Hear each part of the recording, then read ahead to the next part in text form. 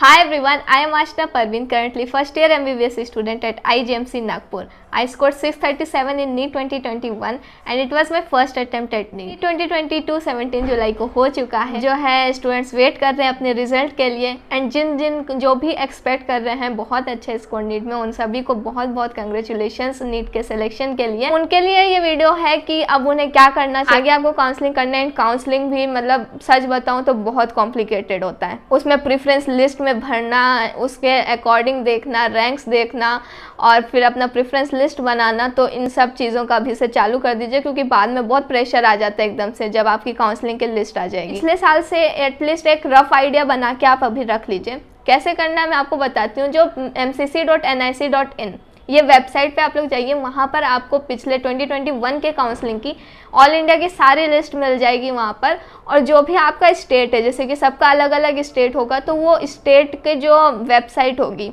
जैसे राजस्थान की राजनीट UG2021.com, तो अलग अलग स्टेट्स की अलग अलग वेबसाइट है, वहाँ से जाकर स्टेट कोटा वाली लिस्ट ले लीजिए एंड उन दोनों से फिर अपने उसका शॉर्ट लिस्ट कीजिए कि किस कॉलेज का क्या कट ऑफ गया। जो ऑल इंडिया कोटा की जो भी लिस्ट है, तो उसकी लिस्ट मैं आपको प्रोवाइड कर दूंगी लिंक डिस्क्रिप्शन में, वहाँ से आप डायरेक्ट देख लीजिएगा। उसके बाद आप काउंसलिंग की जब लिस्ट देखेंगे तो उसमें आपको जो ध्यान रखना है, आप सिर्फ राउंड 2 तक देखें, क्योंकि राउंड 2 के आगे फर्स्ट मॉपअप तक आप देख सकते हैं, फर्स्ट मॉपअप तक ठीक है, लेकिन उसके आगे मत देखिएगा क्योंकि जो सर्टेन वो रहता है वो सिर्फ आपका मतलब सेकंड राउंड तक ही रहेगा। उसके आगे तो आपका रिस्क वाली बात हो जाती है कि हाँ सीट बच रही है कि नहीं बच रही है, लक वाली बात हो जाती है। इसके बाद कॉलेज सेलेक्ट आप अगर अपना करेंगे, ड्रीम कॉलेज आप लोग का कुछ होगा कि हाँ हमें, अगर मान लीजिए और भी आपको प्रेफरेंस लिस्ट में डालनी है तो लिस्ट तो आपको डालना पड़ेगा। ऑब्वियसली आप अपने ड्रीम कॉलेज का फर्स्ट नंबर पर डालेंगे, बट उसके बाद भी आपको मतलब कॉलेजेस तो भरने पड़ेंगे ना। क्या क्या हमें मतलब देखना चाहिए कॉलेज को सेलेक्ट करते टाइम। मैंने क्या क्या देखा था एक्चुअली वो बता देती हूँ मैं आपको।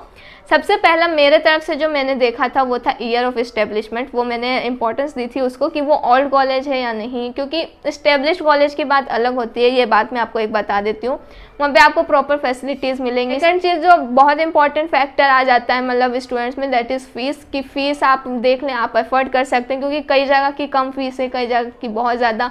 ये स्टेट गवर्नमेंट पे डिपेंड करता है, अलग अलग स्टेट की अलग अलग फ़ीस है। जैसे कि मैं महाराष्ट्र की अगर बताऊँ तो 1 लाख पर ईयर फीस है। अगर दूसरे स्टेट राजस्थान के बारे में अगर बताऊँ तो 50,000 to 60,000 पर ईयर है। और भी कम है, जैसे कि वेस्ट बंगाल की मैं बताऊँ तो 9,000 to 10,000 पर ईयर है।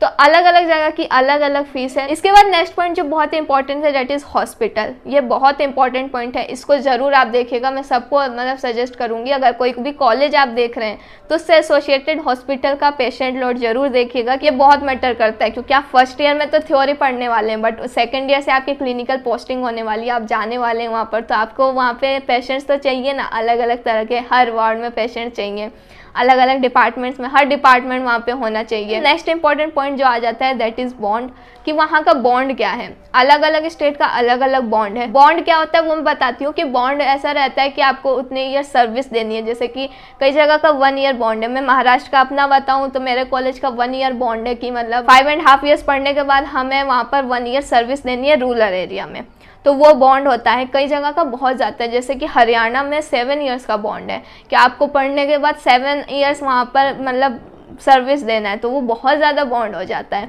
इसी वजह से एम्स जो है बच्चे प्रीफर करते हैं, क्योंकि एम्स में आपका बॉन्ड नहीं है। दिल्ली कॉलेजेस जो हैं उसमें बॉन्ड नहीं है। और मैं प्रीफर करूँगी अगर आपको दिल्ली कॉलेजेस मिल रहे हैं तो बिल्कुल भी मत सोचिए, कोई सा भी दिल्ली कॉलेज मिल रहा है चले जाइए, बेस्ट होता है दिल्ली कॉलेज। इसके बाद नेक्स्ट इंपॉर्टेंट पॉइंट जो आपको ध्यान रखना है that is PG quota. PG quota बहुत इंपॉर्टेंट पॉइंट है। यही वजह थी, सब कोई मुझसे पूछता है कि मैंने क्यों चुना, मैं राजस्थान से बाहर क्यों गई और मैंने नागपुर को ही क्यों चूज़ किया। तो एक ये बहुत बड़ा मैटर था मेरे लिए कि PG कोटा की वजह से, क्योंकि महाराष्ट्र में PG की सीट्स बहुत ज़्यादा हैं। जैसे पहले मैं राजस्थान की थी तो मेरा राजस्थान का डोमिसाइल था, अब मैं महाराष्ट्र से UG कर रही हूँ तो अब मुझे महाराष्ट्र का डोमिसाइल मिलेगा एंड 50% कोटा जो स्टेट कोटा होता है उसके लिए मैं एलिजिबल हो जाऊँगी महाराष्ट्र में। PG कोटा बहुत इंपॉर्टेंट है, उसका भी ध्यान रखिएगा कि आप जिस कॉलेज में जा रहे हैं वहाँ पे PG कोटा आपको मिल रहा है कि नहीं मिल रहा है। न्यू एम्स में जो हम जाते हैं तो ये एक रीज़न इसका, न्यू एम्स का मैं नहीं चूज़ करती हूँ, क्योंकि आप एक तो PG कोटा से भी जाते हैं, आपको कहीं किसी स्टेट का कोटा नहीं मिलता एंड देन फिर आपको फिर ऑल इंडिया में फ़ाइट करना पड़ता है पूरा। तो इस वजह से आप एक स्टेट को अपना सिक्योर कर लीजिए। और चीज़ मैं क्लियर कर देती हूँ, कई पूछते हैं कि मुझे एम्स को चूज़ करना चाहिए या फिर स्टेट के कॉलेजेस को। तो न्यू एम्स में बताऊँ, अगर 2019 वाले जो एम्स हैं उससे ज़्यादा प्रेफरेबल मैं अगर आपको बताऊँ तो स्टेट के कॉलेजेस हैं, क्योंकि आपको क्या एम्स में हॉस्पिटल वाला पेशेंट लोड नहीं मिलेगा, पीजी कोटा वाली बात मैंने। बट उसके जो मतलब अच्छी बातें हैं एम्स की, वो ये है कि एम्स के इंफ्रास्ट्रक्चर को कोई भी कॉम्पीट नहीं कर सकता है। नेक्स्ट पॉइंट, वहाँ पर बॉन्ड नहीं है, तो वो भी एक प्लस पॉइंट आ जाता है कि आपको कोई भी मतलब बाउंडेशन नहीं रहता है। तो वो सब पॉइंट्स उसके गुड पॉइंट्स हैं। लेकिन एक और बात कि अगर आपको एम्स 2012 वाले एम्स जो हैं, जैसे कि एम्स जोधपुर हो गया, भुवनेश्वर हो गया, पटना हो गया, एंड ये जो भी 2012 वाले एम्स हैं, अगर ये मिल रहा है तो इसे बिल्कुल भी मत छोड़िए, आंख बंद करके आप इसे सेलेक्ट कीजिए, ये बहुत अच्छे एम्स हैं। नेक्स्ट पॉइंट जिसका आपको ध्यान रखना चाहिए ज़्यादा समय, वो है सिटी जहाँ पर आपका कॉलेज है, क्योंकि सिटी से डिपेंड करता है आपका वहाँ के पेशेंट लोड कैसा रहेगा, वहाँ के एनवायरनमेंट, आपका पर्सनैलिटी डेवलपमेंट, ये सब बहुत इंपॉर्टेंट रहता है। और मेडिकल फील्ड में आपके पर्सनैलिटी डेवलपमेंट भी बहुत इंपॉर्टेंट है, क्योंकि आप क्या कम्युनिटी को सर्व करने वाले हैं, तो इसमें पर्सनैलिटी डेवलपमेंट भी होना जरूरी है, एंड वो एक सिटी से भी बहुत मैटर करता है। इसके बाद नेक्स्ट इंपॉर्टेंट पॉइंट आ जाता है हॉस्टल फैसिलिटीज़। ये भी बहुत इंपॉर्टेंट पॉइंट है, क्योंकि आपको वहाँ पर रहना है, जाके आप वहाँ पे 5.5 ईयर्स रहने वाले हैं, तो इस चीज़ का आप देख लीजिए कि आप वहाँ पर सर्वाइव कर पाएंगे कि नहीं। ये एक रीज़न था मेरा कि मुझे कोलकाता का बहुत अच्छा कॉलेज मिल रहा था, बट मैं वहाँ पर नहीं गई इसी वजह से कि मतलब मैं वहाँ पर सर्वाइव, एकदम से मैं नॉर्थ से राजस्थान से जाती वेस्ट बंगाल की तरफ, एंड बहुत दूर भी हो जा रहा था मेरे लिए। एंड एक और पॉइंट था कि लैंग्वेज बैरियर मेरा आता। तो ये सब पॉइंट्स होते हैं, तो इन्हें भी ध्यान रखिएगा कॉलेज को सेलेक्ट करते वक्त, क्योंकि ये सब मतलब छोटे पॉइंट्स होते हैं बट बाद में आपको दिक्कत देते हैं। एक और बात कि कॉलेजेस का आपको इन्वेस्टिगेशन कहाँ से करना चाहिए, जेन्युइन आपको कहाँ से मिलेगा, तो इसके लिए मैं सजेस्ट करूँगी कि कोरा पे आप देखिए।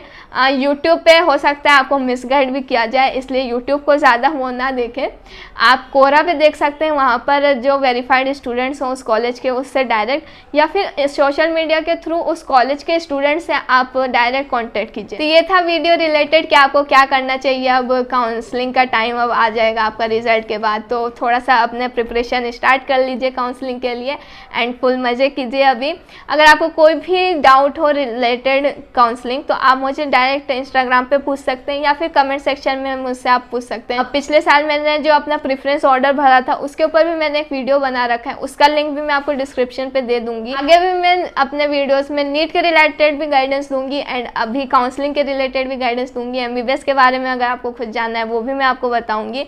अगर आपको ये वीडियो अच्छा लगे तो इसे लाइक कीजिए, शेयर कीजिए, और मेरे चैनल को सब्सक्राइब कीजिए। Thank you.